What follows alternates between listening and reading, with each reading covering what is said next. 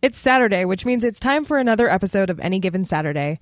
Today we're reviewing Jack Reacher Never Go Back, sharing our 10 best movies for Halloween, and playing another round of Versus.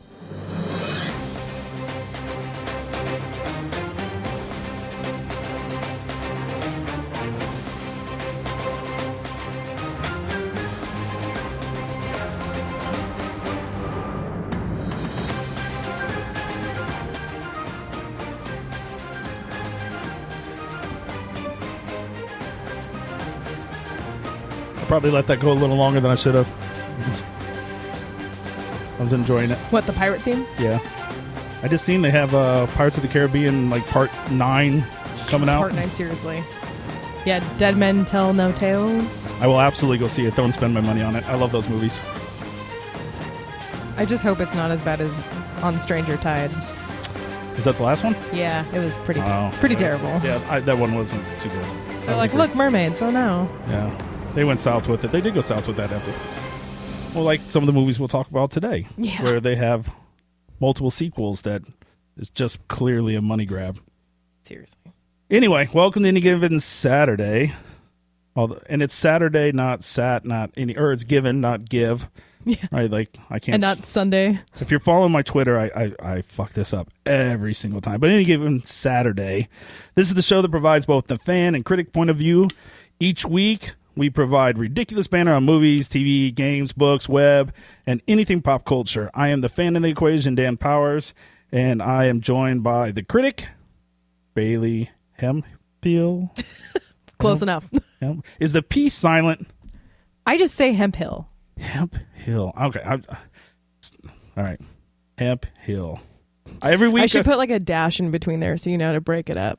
Hemp Hill. Every week, for some reason, now this is stupid because we've been doing this for a while. I absolutely should know this, so it's like ridiculous. But I always question the M and the P and the, like those 3 letters. I'm always like, which one's silent? Is one of them silent? And then here you are telling me none of them are silent.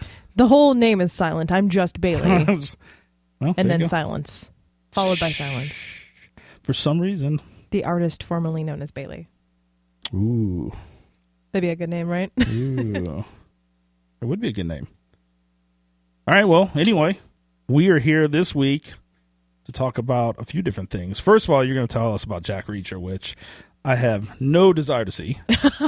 That's not surprising. Yeah. I did my little Twitter poll on Thursday to see what people wanted me to see. There was Jack Reacher Never Go Back, Boo a Medea Halloween, which actually claimed the top of the box office this weekend. Is that the comedy? Yep, the Tyler Perry comedy.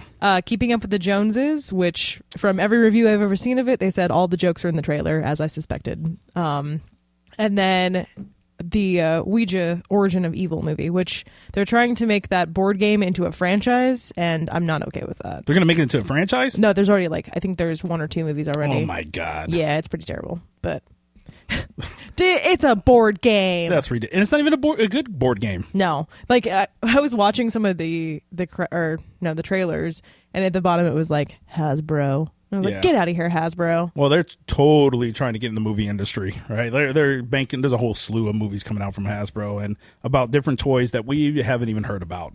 They were around in the games. 80s, right?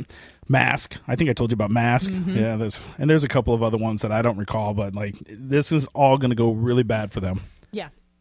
So I saw Jack Reacher, which is that's what people chose, and I was kind of surprised. But hey, right on. This is the sequel to 2012's Jack Reacher, and it's actually a series of books written by Lee Child, which I didn't know.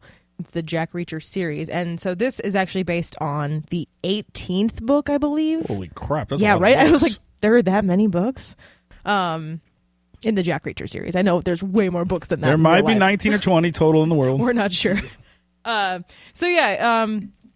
Jack Reacher must uncover the truth behind a major government conspiracy in order to clear his name. On the run as a fugitive from the law, Reacher uncovers a potential secret from his past that could change his life forever. Ooh, it sounds bad. Can we hear a little bit of it? Yes, we can. Just gonna keep on ringing.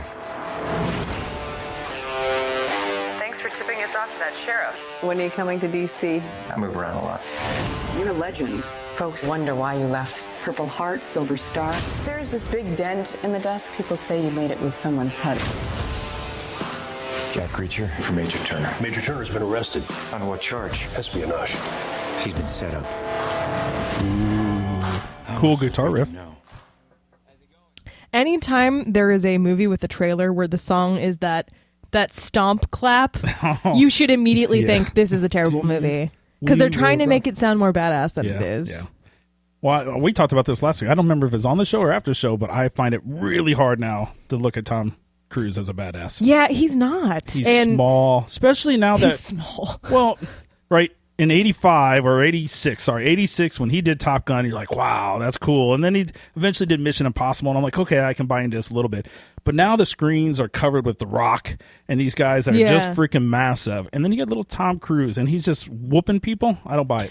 I can believe that tiny people can kick ass, but I don't believe that Tom Cruise can kick ass. Well, he's punching a guy through a window. And let me tell you, if you punch that window... Yeah. He does have a salt shaker in his hand, so that probably helps because it cracks it. But still, his hand does not, bleed, which most people's would. That would destroy your hand. Yeah, oh, so much. You'd break every freaking bone. And let me tell you, after you got your hand through that window, you would not be doing any damage to the guy. And the window would not shatter that way. I mean, nope. Yeah, there's a lot of things in here you're like, I don't believe that would happen. Like them running through an airport. No, you'd get tackled hardcore. Yeah, TSA would be on your ass. But, the actual Jack Reacher in the books is 6'5". So they really went on the opposite end of the scale there. Tom Cruise is not... I think he's extremely overrated. I think back in the 80s, he was great. Early 90s, he was great. But now he seems to only play variations of Tom Cruise. Like who he wants people to think he is. Well, because he's doing The Mummy, right? He's doing The Mummy reboot. So that'll be similar, I'm sure. Oh, yeah. I can't think of anything he's done that's... Because back in the 80s, 90s... There was some variances in there, but Tom Cruise, there was a certain style, and the movie almost kind of wrapped around Tom Cruise. Yeah. And now... Like Mission Impossible. All of the Mission Impossible movies. They're still pretty good. Number 5 was pretty great. But, the most recent movie I've actually liked him in was The Edge of Tomorrow. That was a pretty good flick. It was a good movie. That was surprisingly good. I didn't expect it to be as good as it was. But I think it's because they didn't make Tom Cruise the badass. He was just kind of the ride-along, and Emily Blunt was the badass in that one, so... Really? I gotta look at almost... I really struggled to figure out what Tom Cruise did recently, actually. Yeah, it's... Besides the last Jack Reacher, which was actually pretty decent. It wasn't terrible, but they had Werner Herzog as the bad guy in there, so you're like, all right, I'm in. Good. It wasn't great. Too good. It was they're doing average They're doing film. another Mission Impossible. Of course they are. And a Top Gun 2. They're really doing a Top Gun 2? I've heard all the rumors, but they actually have it on IMDb. He's doing a Top Gun 2. God, please don't. Please don't do that. Don't ruin that thing. But this one is funny to me, too, because they have Kobe Smulders, who is Agent Mariah Hill in The Avengers. She's actually a badass, but I think she's 5'10", and when they film them next to each other, he's the same height as her, and I'm like, come on, Cruise. Just own your height, man. You look so embarrassing. You're in your 50s. Just accept what you are. But the whole plot is nonsense. It's okay, so... She is under investigation for espionage because she's trying to track down arms dealers within the military and the government. And it makes absolutely no sense the whole time they're going through. You're like, what? No, that doesn't... How are these things connected? Whatever. Okay, fine. But then there's this subplot, which I mentioned earlier, the potential secret from his past, where he has a paternity suit filed against him, and this girl might be your daughter, so hey, let's wrap her up into all of this espionage stuff too. Put her in danger, no big deal. It's just so bad. It was actually so bad that it was almost kind of fun. I was laughing at it the whole time, and I was like, man, can this get any worse? They had the super cheesy lines. There's one where he's talking to her, and she's like, why did you quit the military police? And he was like, one day I just woke up and the uniform didn't fit. Right? See? I laughed aloud in the theater. I was like, oh, sorry, guys. I hope nobody here is really enjoying this, because yikes. I didn't enjoy the first one a whole lot. It was okay, and I stress okay. Yeah, it's a hard C. Yeah, I would agree with that. Very hard C. It's in just... our rating system, it's like a seashell and Honestly, 3/4 yeah, or whatever. like, it just didn't work for me. I can't even. I have zero desire to see this. I can't even see it coming on cable and me flipping this on. Really, No. it just doesn't sound interesting at all. It seems like a lot of the James Bond movies, and that might piss off a lot of people. But for a while there, really, even lately, I've lost almost all interest in all the James Bond movies. They just become stupid, borderline cheesy for me, and they've always been a little bit of cheesy. But it's always you expect that. But it just got really bad for me with those. I think it's because we've actually we've gotten used to the Bourne. Well, even Bourne's kind of still that way. Well, I think you get to at least for me, you get Mission Impossible, you get Bourne, you get things that have a little more action, and even though they're a little bit cheesy, they don't quite take it to the place that the Bond movies did and this Jack Reacher did. It just, I don't know, doesn't work for me.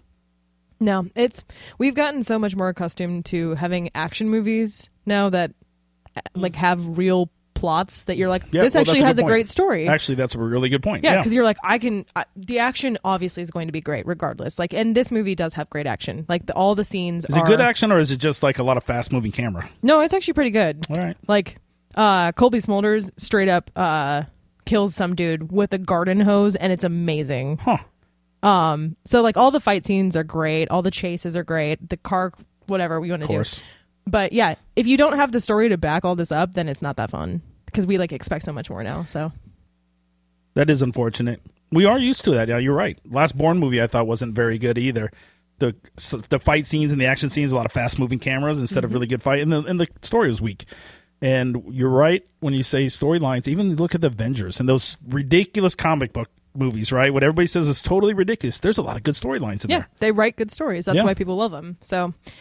I mean, even I can't believe I'm saying this, but Fast and Furious franchise has actually grown on me as they've gotten farther along. I know it's cheesy, and they know that they're cheesy, but they're at least trying to make stories now. And I'm like, thank you for trying to do this.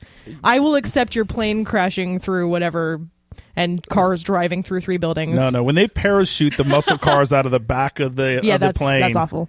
It was bad, but they play up to that almost. They know that. Yeah, like they know accept it's stupid. that. Like, we're going to do something totally ridiculous, and Van Diesel is the most ridiculous action character. Like, I don't see him. He's a terrible actor. Yeah. Should never be casted in any action movie ever again. But that's like you just said, they know it's ridiculous, so they embrace it. Whereas I feel like Tom Cruise thinks everything is super serious and badass. I think he thinks his shit is real. Like, this shit is good. Like, he's like, this smells amazing. My shit is great. There is no doubt in my mind that guy absolutely believes. Now, I was just listening to a podcast. God damn, I can't remember who it was. But if somebody was working with him and they were filming in Europe, and as they're filming, and they talked about the amount of security they had to have around the hotel where Tom stayed, and all the other actors could freely come and go, and no one gave 2 shits about them. But they had armed security around the hotel to protect Tom Cruise. And he said at one point he was standing out across the street, and Tom Cruise looked out his window and waved, and people just went ape shit. He definitely is a movie star in the capitalized movie star TM, whatever you want to say. Sense. He is, if there is a true A-list character, right? He's on top of that A-list. Yeah, he is a mega star. I mean, you look at Mission Impossible and Few Good. We go back to the 80s and 90s, right? He just killed it with I Love Far and Away was great. Few Good Men was excellent. The Firm. All these movies. Rain Man, Cocktail. I mean, who thought I would like a movie about a bartender? And I've seen that movie 10 times. He killed it. And then he moved on, and even Last Samurai I thought was good, although it's still very a white guy playing Last Samurai. Jeez, I know, right? Come on. But it was still... I'm a white samurai. Okay there, Keanu Reeves. You tone it down. Yeah, all right, come on. But it was still... I still enjoyed that movie. He is a mega star. Yeah, but he's gotten kind of so far up his own ass that it's I don't even really believe you anymore, Tom Cruise. I feel like I'm not actually watching a character. I hope they don't do that Top Gun movie. And we talked about this on the radio on Friday about how every movie he's in now, it's almost like in his contract, he has to have a really cool name. Jack Reacher, Ethan Hunt, Matthew Knight. Well, I'm sure. His one for The Mummy, I just looked at it the other day and I was like, oh my fucking God. Tyler Colt. See? Tyler Colt. If your name can stand in for a gun model Come on, Tom Cruise. He is who What are he you is. doing? And he can say, no, fuck you guys. I'll ruin this movie. Yep, he's got a new movie coming out, too, called American Made, and his name is Barry Seal. I see that. If he doesn't make, let's face it, if he's not in The Mummy, they probably do half the amount at the box office, right? We've seen The Mummy to death.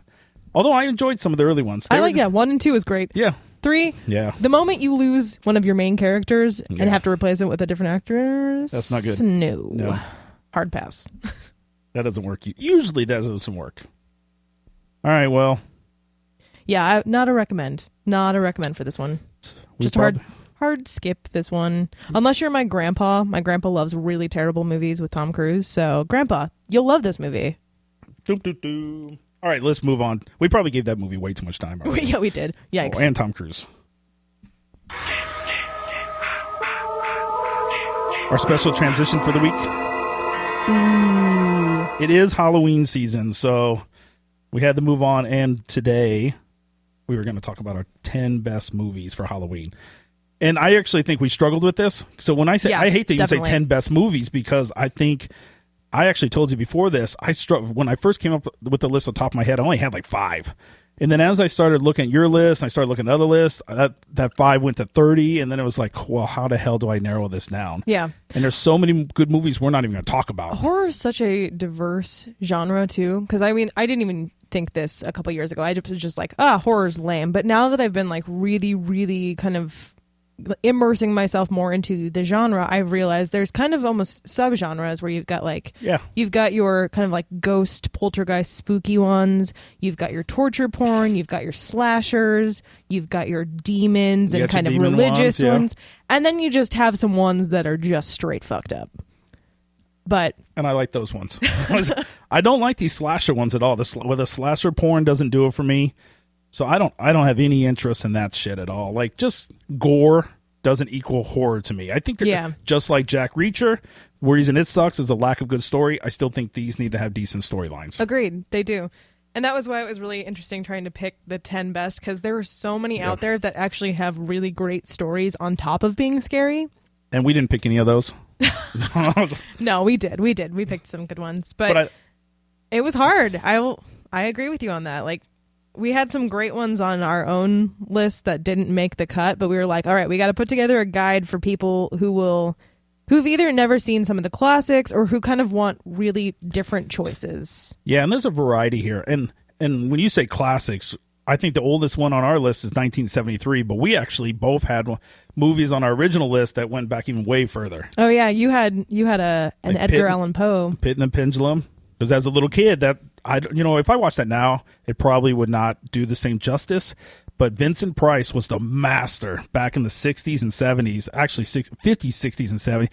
That guy was the master, and he was Shakespeare in horror. Like, that guy, if you listen to his dialogues in the movie and his acting was almost over the top. Like, he was on theater, but his dialogues were in depth, and they made you thought, and they were long. Like, that guy was fantastic. But that movie creeped the shit out of me. And then I had one on there from 1942, probably one of like the oldest ones, besides like all the old Bela Lugosi ones.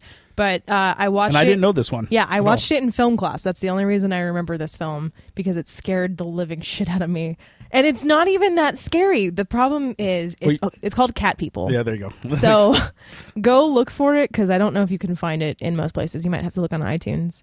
But the only reason this movie is scary, as my film teacher told us, is the costumes for the cat people, the people who are like creepy monster things, were so bad. And all of the filmmakers were like, we can't show this one because they're going to know how not scary these are.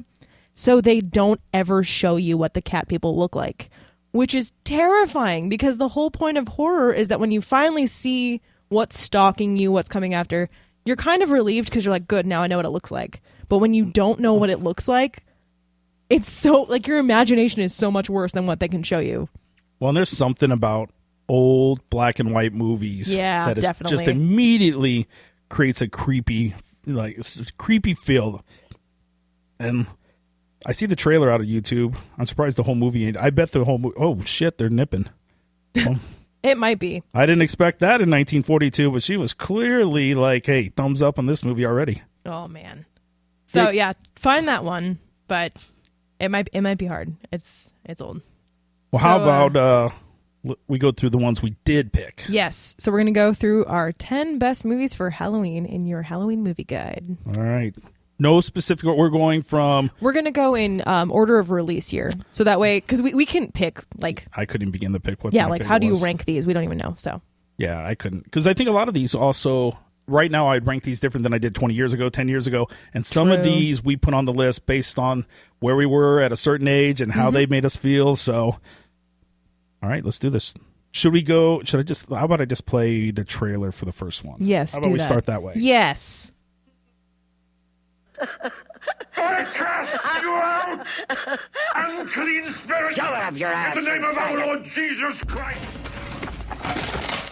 It is He who commands you! You clung from the heights of heaven to the depths of hell! Fuck him! Be gone! Fuck him, Garrus! From Fuck this him. creature of God! Be gone! In the name of the Father, and of the Son, and the Holy Spirit! By this sign of the Holy Cross! And then it of our fades Lord out. Jesus Christ, Oh, man. who lives and reigns. Fuck him. Fuck him. That's The Exorcist from 1973, by the way. None of the remakes. We're talking the original. That little girl was creepy as shit. I don't. She was. They had. Her face was all bubbly and spitting out green shit. And like cut up and oh man, that's one of those movies that when you see, even as an adult, you rewatch it and you're just like, oh god, Yeah. it's unsettling. absolutely. It's kind of hard to watch. I mean, they kind of. Some of it's kind of cheesy with the because as they're doing The Exorcist itself, I remember she spits like some goo at the priest, and then later she's throwing up like green shit, and I mean it's just Her head spinning around. Yes, that's the most right. Everybody remembers that. That's Yeah. what they remember. Because honestly, I haven't seen this thing in 20 years. I don't even remember the story exactly how it came to be.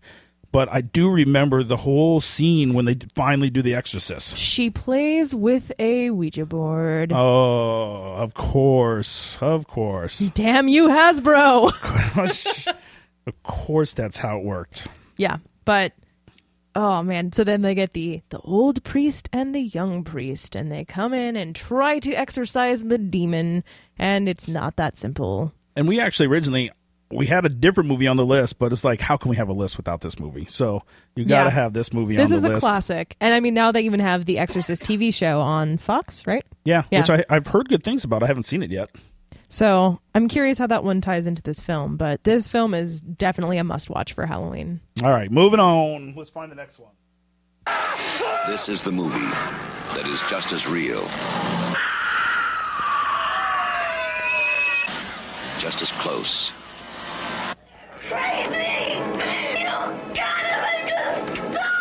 just as terrifying as being there. Big voice guy. Even if one of them survives, what will be left? The Texas Chainsaw Massacre. After you stop screaming, you'll start talking about it. You know, a lot of these old movies, when you find the trailer, it's just a lot of screaming in all of them. They're like, come see this movie. Ah! As I was watching, I actually watched the trailer on YouTube, and I'm like, and I'd seen just the part, but you know what? All these old horror movies, what I thought was interesting, and I just mentioned in the Cat People, is all the women are nipping in this thing. Like, don't they wear bras in the 70s? Well, and no, they did not. Clearly, the 70s was like no bras. Which I understand it helps sell tickets. But Jesus, like, anyway. Yeah, so 1974, the Texas Chainsaw Massacre, based on an urban legend, which we're still to this day not really sure. Was it real? Is it something they just kind of came up with and then made a movie about? And now, wasn't it? And it supposedly took place in the 72 or 73, I think, in real life, or the urban legend. And I could be wrong about that, but I'm trying to furiously. This one's an interesting story too, because, or just a movie in general, because like I don't know where I would classify this one, because it's kind of a slasher. It's also a little bit of torture porn. It might have been the original torture porn technically, but it's also just really fucked up because it's cannibals. I mean, Leatherface is wearing someone else's face. Ah! Out of all the movies we talk about, this one might be the most fucked up. Like, because Definitely. there is a borderline chance this is true. And yet, it's so fucked up, you're like, I don't know if I can believe that it's totally true. And if you go out to, we were just talking before this, if you go out to YouTube, you'll see, like, supposedly the real footage behind this.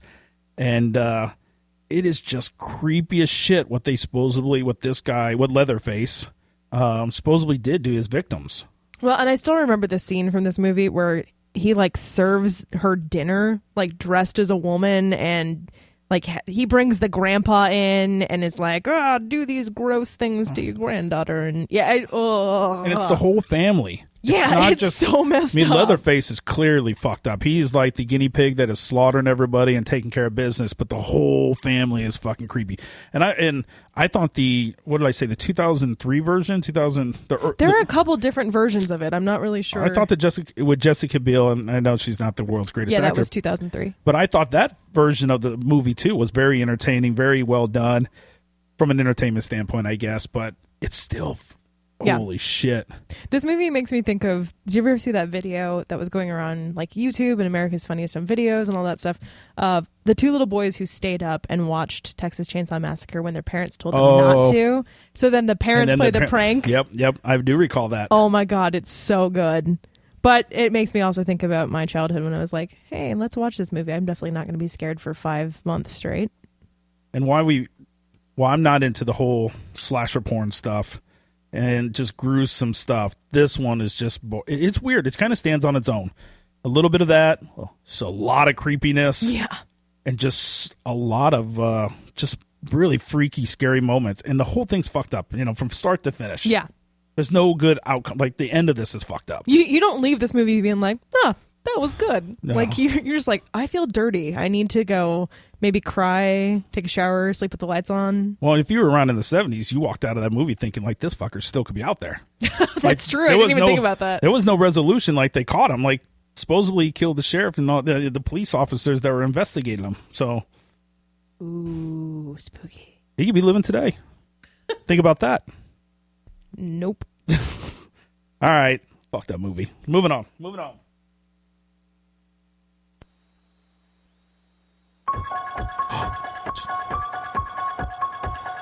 If you don't know what this is already, get out of here. This is a classic. Creepiest music. Such a good soundtrack. This is the whole soundtrack, right? Yeah, well, I mean, really, but... So for those that don't know, this is 1978's Halloween, the original. John Carpenter, yep. And you had just watched this one, and you were like, it's not as scary as an adult now, because you're like, it's kind of cheesy.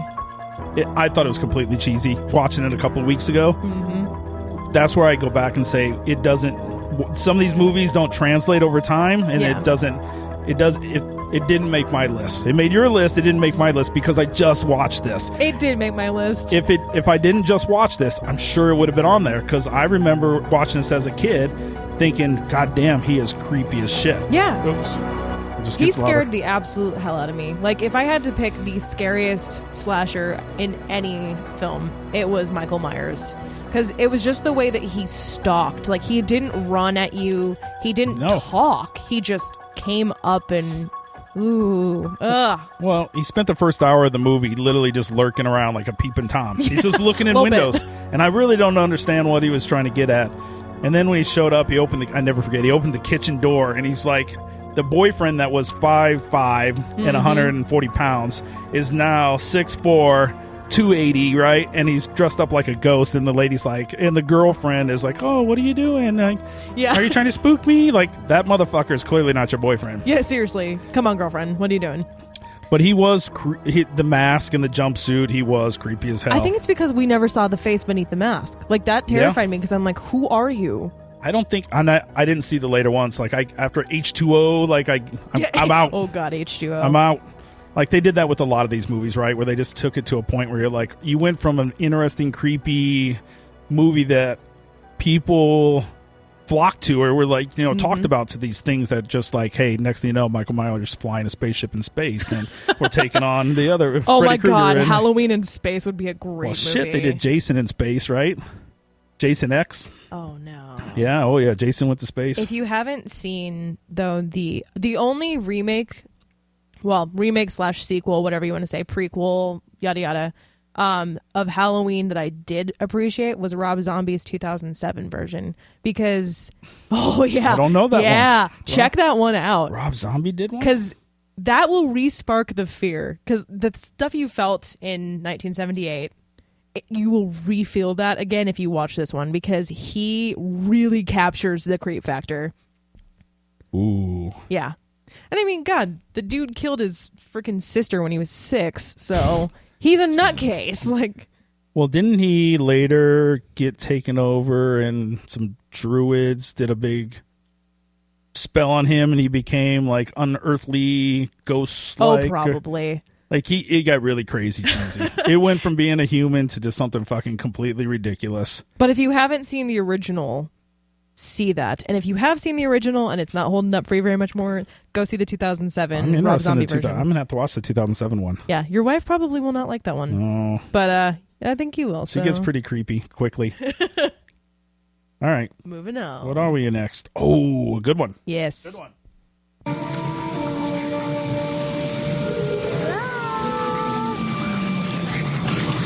They're here. Sweetie, remember last night? Do you remember when you woke up and you said you were here? Uh-huh. Well, who did you meet? Who's here? TV people. Something's funny going on here next door. Something, We were wondering if maybe you had experienced any disturbances lately. What kind of disturbances? A lot of screaming. So what happens when the master of filmmaking in 1982 decides to make a horror flick? He comes up with Poltergeist. We actually skipped over one, but we can come back to it. What? Yeah, we did. Oh, we did. In the release order. But that's okay. We can talk Poltergeist. And actually, same guy who did Texas Chainsaw Massacre did Poltergeist. Did he really? Oh, I did not know that. Toby Hooper. This movie was... It scared the hell out of me as a kid, but at the same time, I absolutely loved it. Like, anytime it was on, I was like, Mom, can we watch Poltergeist? It is a great movie, and it should be because it's produced by Steven Spielberg, right? Isn't he the executive producer behind it? That's where I was getting at when I said the greatest filmmaker. And if I screwed that up, I'm totally wrong. I'm sure. I don't know. Oh, yep. Writer. He was. He did the screenplay. Ah, see?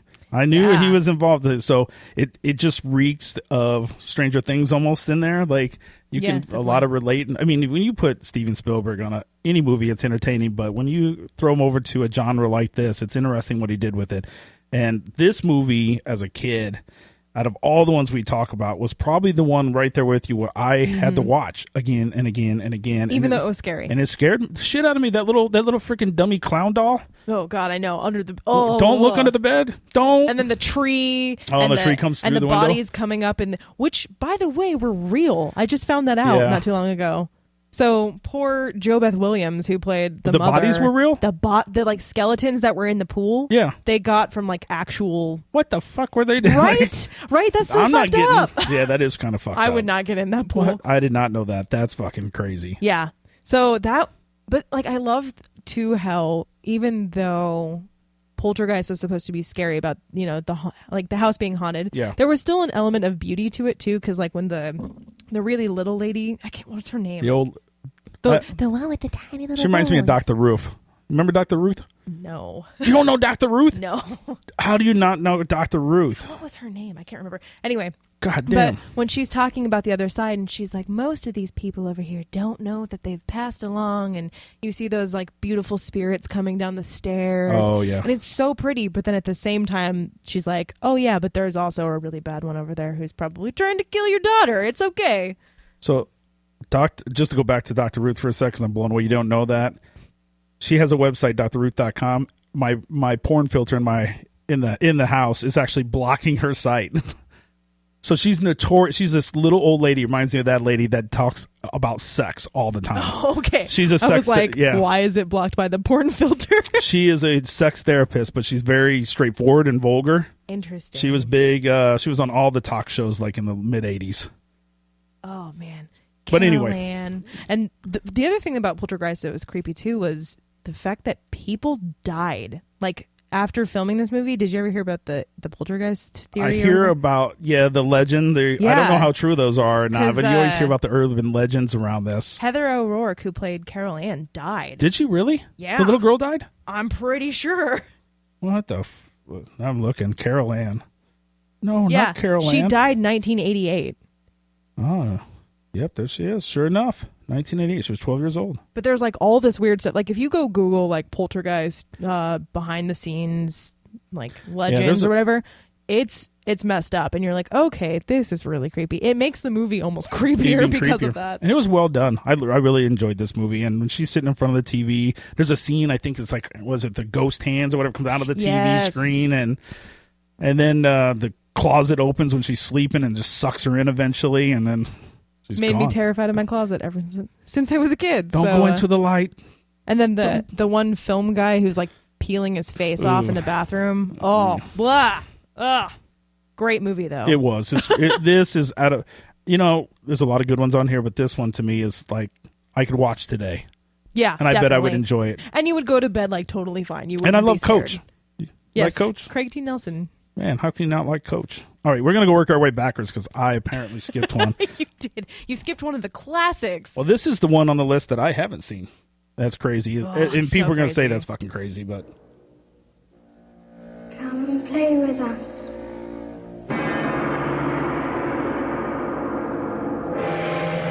Come and play with us, Danny. Forever. And ever. And it just goes on and on with a lot of like loud noises for another 10 seconds. That movie's so scary. I've never seen this movie. This is The Shining 1980, by the way. Stanley Kubrick, starring Jack Nicholson, which you have all probably seen the Here's Johnny. Yeah. I've seen lots of clips from this, but I've never seen the whole thing through. I've driven past the hotel. Still have never seen the whole thing through. I stayed in the hotel, actually. And fun fact, if you go and stay at the Stanley Hotel in Estes Park, Colorado, there is a channel that plays The Shining round the clock. Oh, God, that doesn't surprise me at all. Yeah, it's fun when you're sleeping or trying to sleep and that's on and you're like, oh no, I'm creeped out. I'm very creeped out right now. And Jack Nicholson play anything he's in. He's just one of those guys that can just look at him. He's creepy as shit. God, like he's he so can crazy. pull off some crazy shit. He looks nuts. In anything, even the good movies, he looks nuts. Well, and then there's Shelley Duvall, who, sad thing about her when she was filming this film, God, Stanley Kubrick basically like emotionally, verbally, and sometimes physically abused her to get like the performance he did out of her, which is why she looks so terrified in it. Yeah, he's a dick. The fuck is he's that a huge going on dick. with that? But yeah, I mean, you have little kids in here. You've got the twins in the twin hallway, girls. which we just heard. You have the creepy bartender from like the 1950s. I believe his name is Louis. You have the naked lady who appears in the bathroom and she looks hot and young, and then he makes out with her, and it's like scary old lady. Ooh. Yeah, oh God, it's so terrifying. So you got to educate me. How does this end? Not well for Jack Nicholson. No. He dies? Well, he's frozen, so... He's frozen? He goes outside chasing his son, and he's like, come back here, I'm gonna kill you! And then he gets lost in a maze and then freezes because it's cold outside. But the son and the wife get away, so... Yay. Danny's not here, Mrs. Torrance. Buddy. Yeah, it's creepy. You should give that one a watch, though. I have to try this one. Like, I can't believe after all this time, that's the one thing I have not seen. It gave me one of my favorite gifs, too, because it's the one where Jack Nicholson's chasing his wife up the stairs, and he's like, come back here. I'm just going to bash your skull in. Like, because he gets taken over by a spirit, right? An evil spirit? He goes crazy. Oh, is that... Yeah, because like the whole point of Stephen King writing this was he was trapped in this hotel just trying to like work on his next book, and it was snowed in. He was one of the only people there. And there's something about being isolated that just kind of makes you go crazy. And so that's where this happens. But yes, he also interacts with all these spirits. So it's creepy. Well, just the trailers look creepy as shit. Like that movie looks like I can't believe I've seen it, but It looks like, and it's on everybody's list, and it looks creepy as shit. Jack Nicholson is the ultimate crazy actor. Yeah, definitely. I can't imagine anybody better playing a psycho role. Indeed. All right, continuing. I found it really hard to find good trailers for this movie. Movement. Talk to me, Hudson. I got signals. I got readings in front and behind. There's nothing back here. Look, I'm telling you, there's something moving and it ain't us. Get them out of there!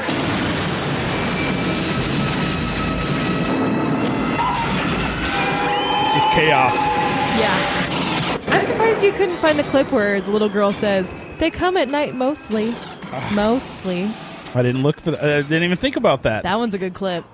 So this is Aliens 1986. Now, everybody's going to say, why'd you pick that one and not the original Alien? I do like the original Alien. I did have the original on my list when we were collaborating. Yeah. But this one is... I like it, I think, more because it does more sci-fi horror than it does just horror. Yeah. I think this one's much more sci-fi. I had this one on my list. I didn't have the other one. I thought the other one was good. Yeah. I just didn't think it was top 10 worthy. No, this one also combines some action and the other one's more a little fun. slow, I thought. You know, there's a more story. And then I can't get over when the alien in the first one is outside of her shuttle spinning around in space. Looks like a man in a fucking big bird suit. Like, it looks stupid as shit. Whereas this one, this one. Oh, God. Well, this was the perfect storm. So many. So they have, I mean, I don't know if most people don't know, but they had there's a movie project for Dune. Remember the books Dune? Dune was a big book series, and I don't know the books a whole well, but there was a big movie project going on for Dune, and they assembled the perfect cast for sci-fi movie for Dune, and in the end, Dune fell apart. I don't know the whole storyline of what happened, but it fell apart, and that cast that had been working together already and knew each other kind of just transitioned over to Aliens. I think it was 24 Century, was it Century Fox? I think it put out they put out Star Wars, and they want another big flick. So the Aliens movie had been, the original one, that script had been passed around from time to time, and finally it got picked up, and they just kind of pulled the Dune cast over. And so those guys have been clicking, and they kind of just made this movie work perfectly. I think it was the right time. Good sci-fi horror flick. I wouldn't really classify typically this as a horror flick. No, it's more sci-fi action, but it does have the horror element just because, they land on this moon and everybody's gone. You don't know why. And then it's like, oh, no, now there's scary creatures coming and stealing everyone. So. And now if this movie was made, we would just categorize it with a million other different sci-fi movies, right? There's a lot of movies similar to this, but at that time, there was nothing like this. Yeah. And they put it out there, and I will tell you, as a kid, I freaking loved this movie. It's this still so movie great. Was fantastic. It holds up so well too. And this was what, the 20th anniversary this year? Is it 20 years? Yeah, because 1986. 86. Oh yeah, 20 years. No, wait. 30 years. Oh wow. Okay. Do you know there's a National Aliens Day? Completely marketing that. holiday. I think I saw a Twitter hashtag with that, but I support that because I love this movie. This is one of those movies, and it's not just a movie; it's a franchise that really has a big culture following. Right? It's not as big as Star Wars and Star Trek, but it has its place in the movie genre, and there is a bunch of crazed fans out there that love this thing. I didn't watch. I'll be the first one to say I much like Friday the 13th and Halloween, as it went on, it lost my interest. Mm-hmm. They started doing some crazy things, and especially when they brought Predator into it, got really fucking stupid. Really fucking stupid. Predator versus Alien, fucking dumb. But if you're somebody who doesn't like the typical horror film, this is a good one to get into because it's scary, but it's not like stabbing or jump scares. It's almost all on its own, much like we talked about with Texas Chainsaw Massacre, where it kind of, although that one's opposite side of the scale. I think that one's almost like, but it has its own place. You like horror movies? Guess what? Now we're gonna fuck you up. Yeah, that one's fucking crazy. This one's not that level. You won't be hiding under the covers necessarily for this one, but it is very good. Lots of action, and it will scare you. Oh, the face huggers still creep me out to this day. Ooh. When that dude, the original one, when that little thing burst out his stomach. Jesus Christ, that's stupid as fuck now. But at the time, you're like, oh my God, I sometimes feel that way after I eat too much. I'm like, oh God, there's an alien in there. That was, Bill Paxton. I love Bill Paxton. As Hudson. Is that his name? Yeah. Hudson? I don't even remember that. Yeah, because he's like Dallas. Their team leader. Dallas died. Oh, no, Dallas was in the first one. Yeah, Dallas was in the first one. They have pretty great names, but none better than Ripley. I wonder if Tom Cruise named them all. Probably. No, they'd be like Blade and Hunter and... You're probably right. Hello? Hello. Who is this? You tell me your name, I'll tell you mine. I don't think so. What's that noise? Popcorn. You making popcorn? Well, I'm getting ready to watch a video. Really? What?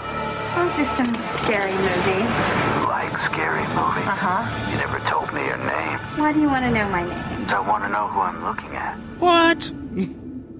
All right. So in 1996, Wes Craven brought horror back to mainstream. Yes, definitely. That's why I think this one makes the list more than anything else. In the late 90s, for those that don't remember, there wasn't shit for good horror movies.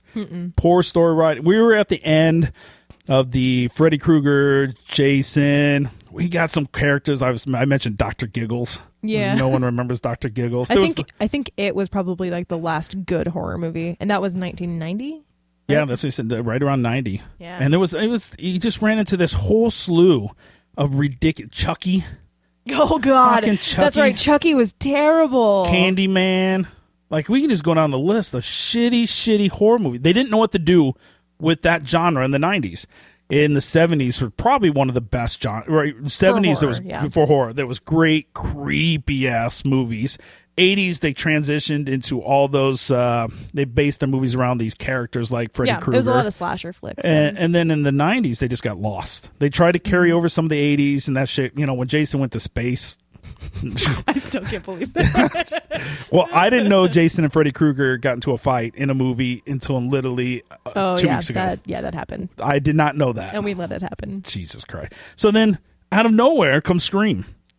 And Wes Craven kind of relaunches this fun horror flick that's creepy. Parts of it are, I wouldn't classify it as really, really scary, but there's some... It's definitely a cult classic, though. Yeah. Because it's not that scary, but... It also is really, like, it's kind of hilarious because, like, that clip, for example, when she's just talking to a random stranger on the phone, like, oh, you like scary movies? If that were us today, we'd be like, hell no, and don't fucking call me again, you creep. I have caller ID. Yeah, that's very true. And that was Drew Barrymore, I think, wasn't it? Yeah, she was like one of the first ones to get off. Yeah, she got off right away. But at that time, it was just, it was a little bit of the right amount of creepiness, the right amount of, it was like the high school flick where... Yeah, absolutely. Yeah, it's the teenagers are all like making out and having parties, and guess what? Nope, you're all going to get killed. So... And that was all the, Friday... Most of these movies, especially through the 80s, were like, hey, always teens. All the teens are going to the cabin. Instead of going to the cabin, they just brought it right into mainstream. And then you had this cast. You didn't have any horror flicks at that time, or even before that, where there was really stacked with cast. And they really brought in a lot of... up-and-coming stars at that time. They had Neve Campbell, Courtney Cox, Drew Barrymore, David Arquette. Rose McGowan was in there, yeah. Matthew Lillard. I mean, a bunch of people. And, of course, this also sparked off a million parodies because it was... But that's how you know you're doing it right. Absolutely. If there's a parody of it somewhere, it means you're doing it right, so... I love this movie back in the time. I don't know. I haven't seen it in a long, long time. I don't know how well it translates over time and if I would enjoy it still. I think kids today would probably see it and be like, I don't get why this is so scary. Because you're like, oh, yeah, well, you didn't have caller ID. You had cord phones. They're like, you tell that motherfucker, come over. See what happens. Like, you'd be like, can you text me it instead, please? Oh, yeah. That was how, hey, what are you wearing in text? Yeah. Do you like scary movies? New phone, who dis? Yeah, who dis?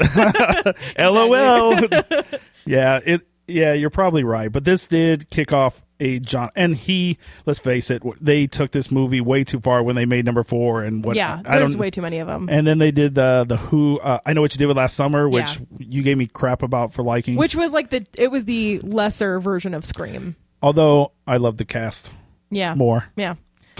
Well, I think this is one of the. I think the term coined was popcorn horror. That's probably a good way to put it. which is like, it's not scary, but it's one that everybody It can was enjoy. very entertaining, and it was the right movie at the right time. Yes, exactly. If that movie was made 10 years earlier or 10 years later, it doesn't. It would have doesn't failed. Yeah. Exactly. Great. Let's Next see. one. Let's make sure I pick the right one. Cole, what's wrong? Did you ever talk to your mom about how things are? I don't tell her things. Why not? Because she doesn't look at me like everybody else, and I don't want her to. I don't want her to know. Know what? I see dead people. What? Walking around like regular. That shit got fucked when I heard it. I'm still getting goosebumps right now. I don't. Sometimes you feel it inside, like you're falling down real fast. You ever feel the prickly things on the back of your neck? Yes. That's them. Shouldn't cut off the trailer, but goddamn, when he says that in the movie, you're like, what? Yeah. Oh my God. That movie still gets, even though we know the ending, I still love it. It was a fantastic, and Mike McKnight, whatever his name was, Shyamalama, M. Night Shyamalan. that guy, like, made his career. Mike McKnight. Who is that? I feel like that's a news anchor. He actually is a news anchor. Okay, Like, that's why. I just like where the I didn't. This was M. Night Shyamalan's like first big film, though. Well, this film allowed him to make a series of other ridiculous films. Yes. Which a couple are okay. I love Signs. I thought Signs was really Signs good. was great. But this movie was really kind of no. I don't think no one. Let's face it. No one's seen this coming. No, you got that ending. Everyone was just like, "What? Yeah. Oh my God!" Yeah. And you had no idea.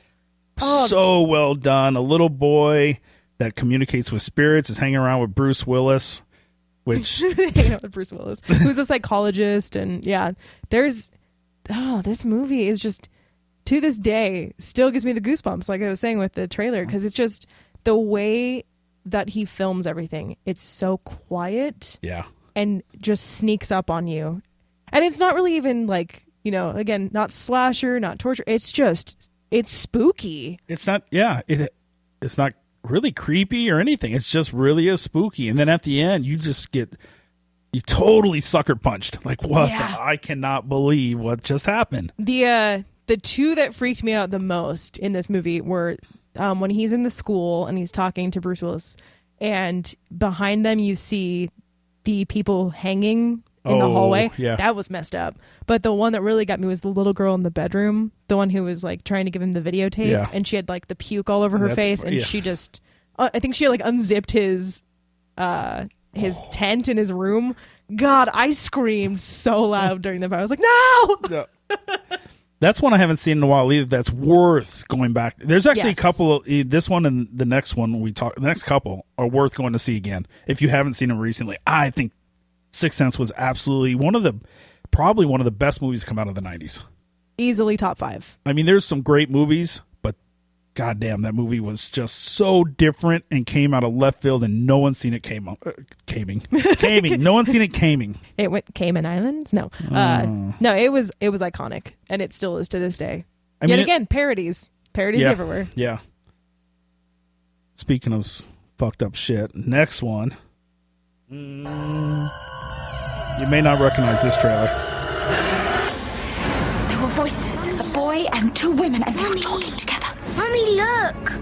This is the father, this is the mother, this is Victor, and this is the old woman. What do these numbers stand for? That's the number of times I've seen them. What do you want? They're everywhere. They say this house is theirs. Children! Come here! I watched this movie tonight. Yeah. This is a good. It's so underrated. It is completely. It flies under the table. No one. When I looked at all the different lists of what people were picking for horror flicks, and there's a ton of them out there, this one doesn't make most of the list. I think people forgot about it. Completely forgot about it. This is The Others from 2001, starring Nicole Kidman. And it's set in like the 1940s, late 1940s, right after World War II.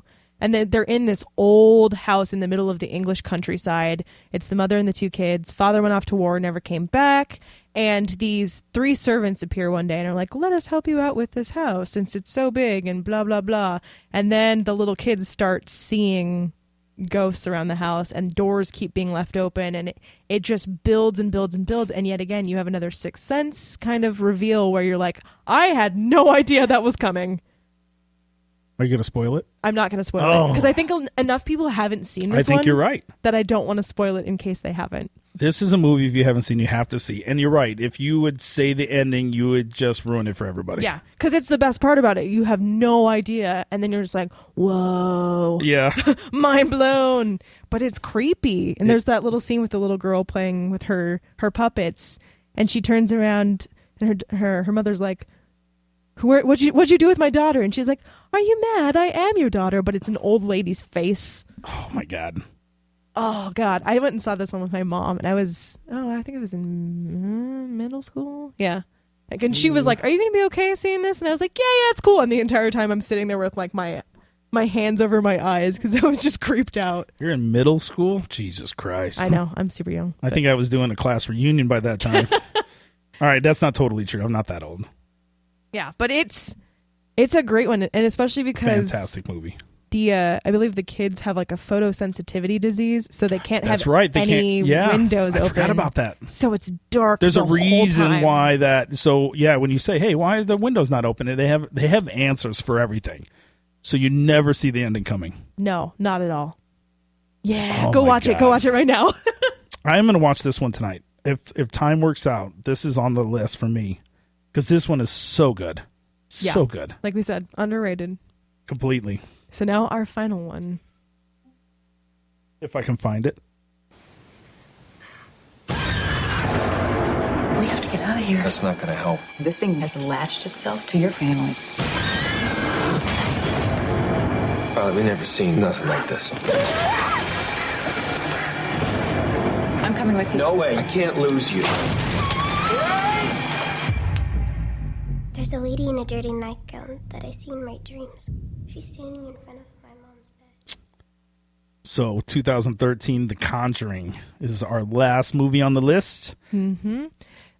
What I think was amazing about this one is, so James Wan directed it. He actually started the Saw franchise, but he, with this movie specifically, said, I want to go back to that 1970s horror film style, where it's not all of the gore or like the obvious jump scares, but it was just like the creaking door open with the dark hallway and you can't see anything. Again, your imagination is way worse than anything they can show you. This is right out of you're absolutely right. It plays right off of all the 70s movies, and it's done very well. There's good story. Mm-hmm. There's good acting. I just seen this movie literally recently. Just seen this movie, so it's been praised and everything. I couldn't get the wife to watch it, and Halloween coming, I'm like, we got to watch this movie. Everybody talks about it. It was so good. We ended up watching part 2 right after it, and I gotta say, this is probably one of the best horror flicks I think that I've ever seen. Yeah, at least in the last 2 decades. Yeah, absolutely. It's just so well done, and it has that 70s vibe, and it's not. And I know that we talked about there's different kind of sub genres of horror. Yeah. But this one plays into what I like the most, which is like the ghost mystery, a lot of creepiness, not necessarily a lot of gore, or not, in fact, there's no death in this. I don't think anybody dies in this. The dog dies. You're right. The dog dies. But it's not gory, because that was like the thing when I was like, I swear to God, if this dog dies and there's blood everywhere, I'm out. Like, yeah. But despite that, it's still creepy as shit. I mean, not just creepy. My wife was hiding under the blankets. Like, she was straight scared. No matter what she says, she was scared. Well, and it's based on actual paranormal investigators, Ed and Lorraine Warren, played by Patrick Wilson and Vera Farmiga in this movie. And if you look up some of their stories from what they did in I think they were in the New England area. Yeah. It was creepy. They got involved in the Amityville mystery, and which I would love to see that movie with them involved in. Like, it's probably coming. Yeah, I would love to see James Wan do that movie. Yeah, I wouldn't put it past him. I feel like he could do that. Yeah. I know there's a ton of those out there, and Amityville probably deserves to be on this list, but I want to see him do it. Yeah, they did do a remake of Amityville in early 2000s with Ryan Reynolds. I seen that. It's okay. It was okay. But it's not as good as the original. My problem with that one was Ryan Reynolds, right? You see and you're like, I know you. You're the funny guy. Yeah, like, I remember you from that pizza show. Oh, that's right. Wow. Remember that pizza show? Two Guys, a Girl, and a Pizza Place. Yeah. So I have a problem with people like Ryan Reynolds going into those movies. I have no problem with Ryan Reynolds, but being cast for that movie, Yeah, you need someone who's really creepy. yeah, it just doesn't work for me. I'm like, dude, you're the skinny, funny guy that does pizzas, right? Like, that doesn't work. This one's great. I love how it has the Warrens paranormal story going on, but it also has the family who buys the house. They can't get out of the house because they spent all of their money on it, and they have, I think, 4 or 5 daughters. 1, 2, 3. I think there's 4 daughters. Yeah, 4 daughters in the show. But yeah, you get kids and a creepy house together, and shit's going down. God damn, it's a good movie. It's that. I still have yet to watch the sequel because I loved this one so much where I was like, I don't know if I can. I don't know if I can watch it again. I wasn't going to at all. I was going to stay away from it. But then I have some individuals at work that are big into the horror genre, and he says, you got to watch it. It's worth it. And then I went and checked out the reviews, and all the reviews actually are higher than the original. Interesting. So I'm like, okay, now I will tell you, the first one I liked more probably because I wasn't prepared for that, right? Like, it was just so well. And then so when the second one came along, it has the same look, the same feel, but I was more prepared. Mm-hmm. So it still had the creepy factor. It was still well done, still good story, but I knew it was coming, kind of. Okay. Right? I understand the formula. Well, that's good to hear because most horror movie sequels do not do It so was hot. good. I would be interested to see more of these. And I know you said there was another one, a spinoff, the Annabelle. Annabelle, yeah, with the creepy doll. Yeah. Dolls, no, I don't like. Oh my god, dolls are just.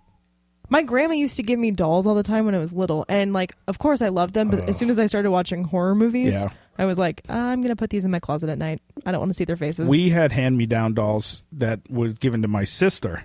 And these things are like, oh, they're heirlooms, they're classics, they're whatever. They're fucking creepy as fuck. They so are. The hair is crazy as shit, and those fucking wannabe blinking eyes. Well, the toys, like, you move them wrong and they blink. Yeah. I don't know, like, get that fucking because they're out. weighted and then just like the smile on their face that doesn't match the eyes. Yeah, no, fuck the dolls. Get them out of here. Little House on the Prairie clothing. Burn them all. Yeah, that shit was weird. If you haven't seen The Conjuring, you definitely got to put it on your list. Yes, and definitely check out all of the films on this list if you like horror movies. So, is there any that we missed that you think deserve to be like? We don't have to go in depth, but I think we missed. Like, we didn't talk about any Friday the 13th. Yeah, we thought I feel like if you're going to do a slasher, like definitely go Halloween. that was just I mean, that's all the Friday the 13th were. I know there was a million of them, but there was a straight slasher. No Psycho. Alfred Hitchcock. All the Hitchcock ones are pretty good, but they don't scare me as much. Like if we're going to talk like really scary Hitchcock, The Birds scared the hell out of me. That's a good one. Yeah, I remember that one. Because now I like anytime I'm like, oh, a bird's going to peck my face off. But Psycho didn't do it for me either. It never really creeped me out. The Omen, I was actually really terrified of The Omen, just because small children possessed by the devil, actually son of the devil in this case. Yeah. But, ooh, yikes. There's something about kids in these type of flicks that just right away, instantly will creep factor. Out. Yeah. Well, because kids are associated with innocence. So as soon as there's something really creepy going on, you're like, I don't like this. I'm not used to this. What's happening? All right. So, I don't have any other thoughts, or at least any other movies. I mean, there's so many of them out there. I'm sure people are like, what? Screaming at this right now. Like, what about fuck this? I can't believe you didn't say this one. You didn't say Jeepers Creepers. Oh, fuck that movie. No, keep my eyes.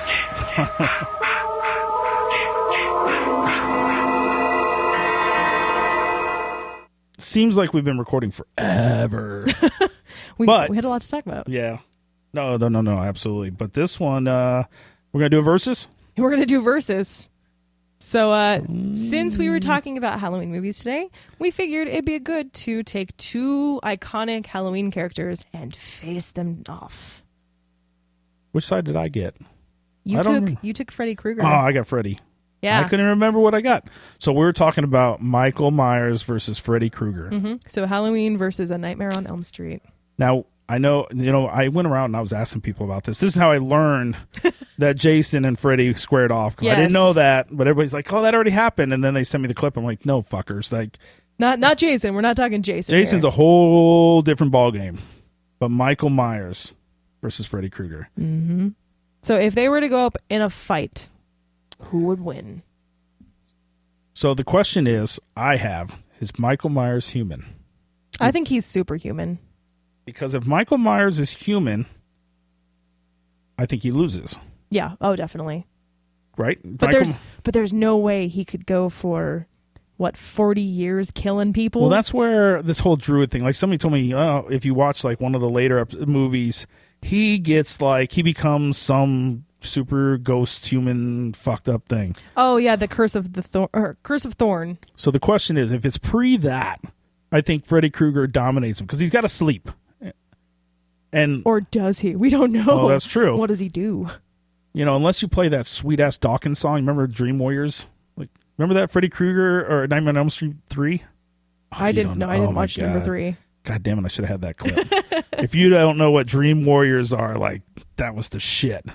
Well, I will say in your favor that Freddy Krueger can go into people's dreams and kill them, but does Michael Myers sleep? Because if he doesn't sleep, then how is Freddy Krueger going to kill him? Well, then how are they going to fight? They fight in Dreamland. I don't. I don't even know how they fight if he doesn't dream. Well, I don't know. I've never seen Jason versus Freddy because clearly Jason doesn't dream. No, Jason does not dream. So I'm not sure how JC. So I'm pretty sure Freddy comes out outside of dreams. Yeah, I think that's half that. Oh, do you remember Nightmare? Did we talk about Nightmare on Elm Street? Did we skip that? It was an honorable mention. Oh, but I didn't. Well, let me tell you, if Michael Myers ever picked up the phone and made a phone call, and Freddy Krueger stuck his tongue through the phone. Ugh. You remember that scene? Yeah. Oh, he stuck his tongue out of the phone in that movie. I'm never using a phone again. That was so ridiculous.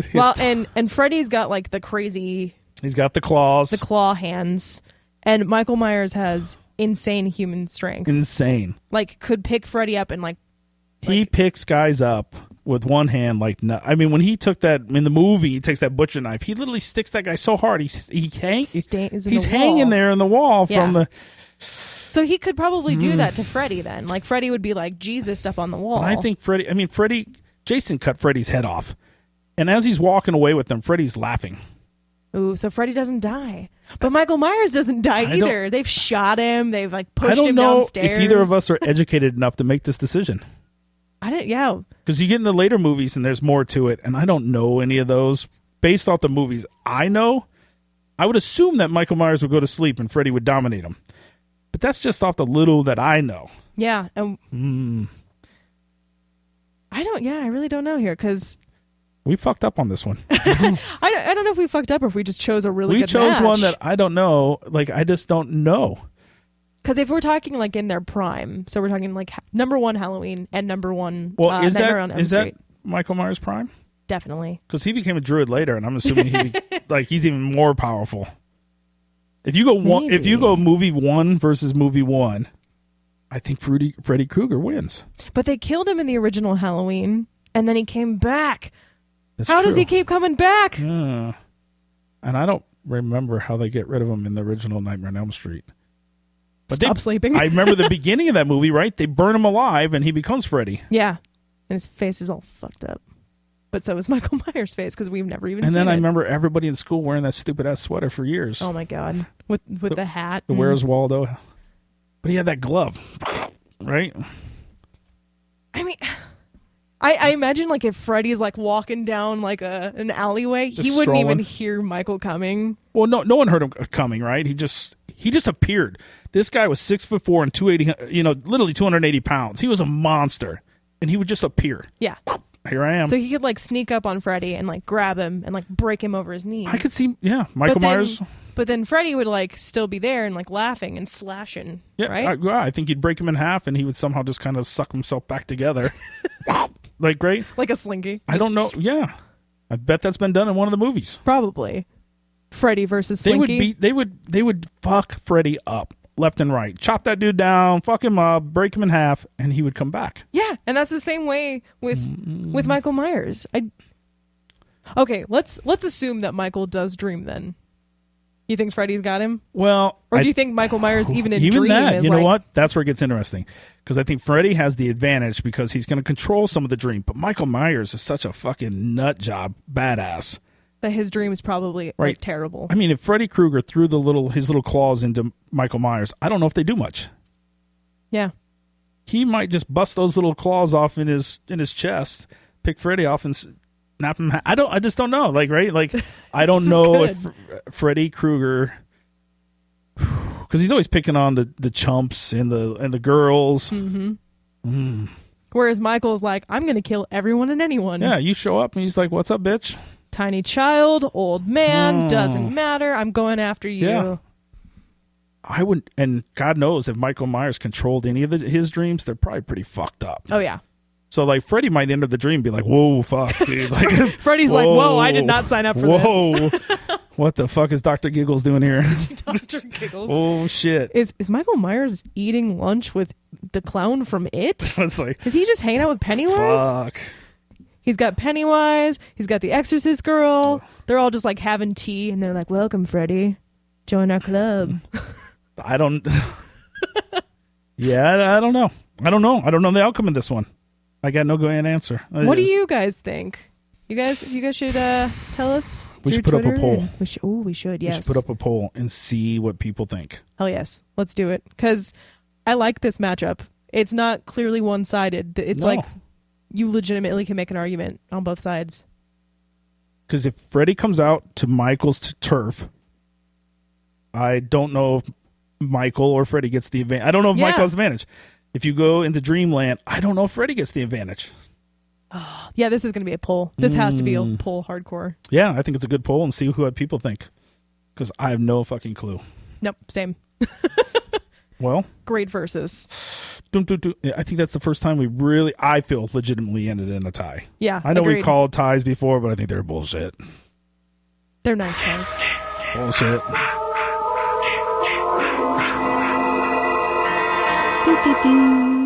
Well, that's about it. You guys have a lot of movie homework. Do we have homework? What are we doing next week? We're doing the best scary movie villains. Oh. So both of those guys will probably make it on the list. Ooh. That one I feel like we could actually rank. Ooh. That is. Now, I would tell you, I remember, and now, God, this episode's long as shit already. But when I was a little kid, I remember, God, I don't know what year it was. I remember just going to a haunted house, and I refused to go in. My aunt took me.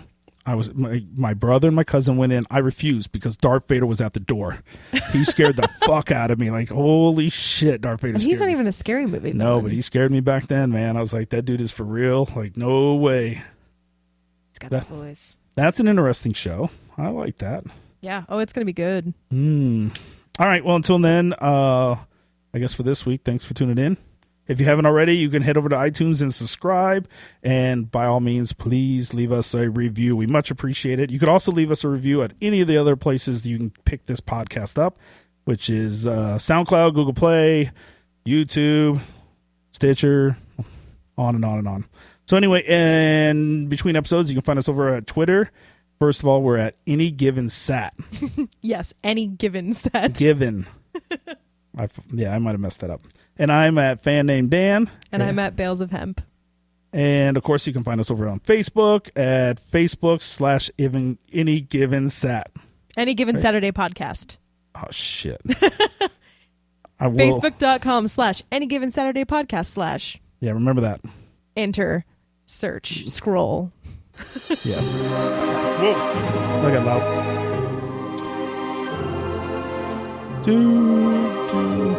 Hey, I listened to the podcast you told me about last week, and then I found another one as I was listening to the Halloween ones, one called Faculty of Horror. Faculty of Horror. If you want a good podcast and listen to more reviews about good scary movies, not that we're in the business of making recommendations, but Faculty of Horror was pretty fucking good. Awesome. Hey, they talk about Creepshow and Trick or Treat. That's how I knew about it. Oh, okay. I wondered. That's how I knew. There we go. Otherwise, I wouldn't have known either one of those. I would have forgot about them both. I listened to that episode. They do an Aliens episode, too. Oh, thank God. I haven't listened to that one yet, but I'm interested. Very well done. You're going to have to check this out. Check it out. We're only a week away from Candy. Yep, next Monday. Oh, Not yeah. this Monday, but next Monday. The following Monday. You know how candy became a ritual for Halloween? Ward off spirits. It's not far. Back in the 19th century, they actually put candy out. They would make candy to to that was their giving to the demons and the spirits to try to keep them away. Yeah, it's true. Old pagan rituals. See, I do that with children. Like, I give them candy, and I'm like, don't come back here. Like, I will give you this candy bar. This is my sacrifice. Now please leave me alone. Not that easy for me. No. I mean, you could try. They will come back for more. Always. They might want to sleep here even. Ooh. And I don't mean that in a fucking creepy way. Don't go there, you fuckers. He has children. Yeah. You should make him pay rent. There you go. Tried that. They move out.